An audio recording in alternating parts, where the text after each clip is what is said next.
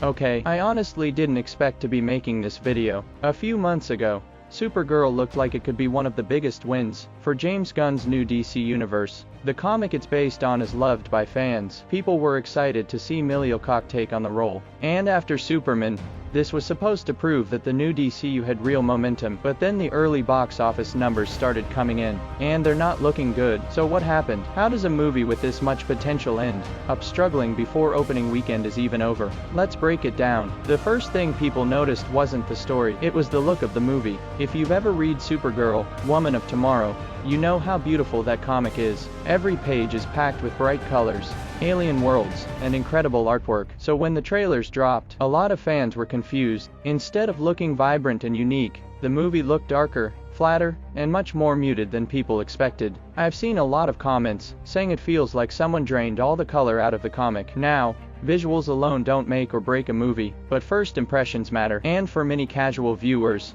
the trailers just didn't stand out.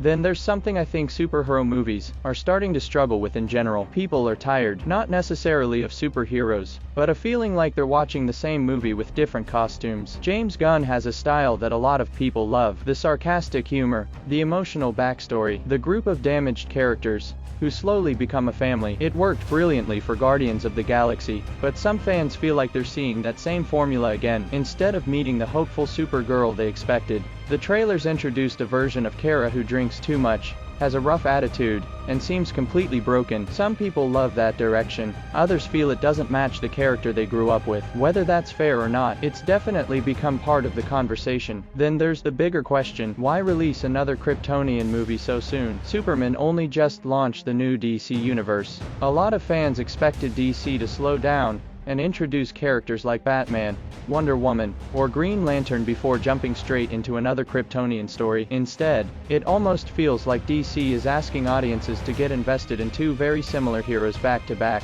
And Kara's introduction in Superman didn't exactly build massive excitement. She only appeared briefly, and her first impression left a lot of casual viewers wondering, wait, that's the next movie? And then came the timing. This might honestly be the biggest problem of all. Supergirl didn't arrive in an empty theater. It landed right in the middle of one of the busiest movie seasons of the year. Toy Story 5 is dominating the box office. Families are spending their money there. Other major releases are fighting for the same audience. And when people only have time or money for one movie, Supergirl becomes a much harder sell. Now, does this mean the movie is bad? Not at all. In fact, early reactions suggest Emilia Clarke delivers a strong performance. The film itself could end up surprising a lot of people, but movies aren't judged only by quality. They're judged by whether people decide to buy a ticket. And right now, that seems to be the biggest challenge. If Supergirl struggles at the box office, it won't just affect one movie. It raises bigger questions about James Gunn's entire DCU plan. Is this just a rough start, or is it the first warning sign that audiences still aren't fully buying into DC's new direction? We're going to find out very soon, but I want to hear your opinion. Do you think Supergirl deserves better, or do you think DC made some major mistakes before the movie even hit theaters? Let me know in the comments. And don't forget to subscribe for more movie breakdowns,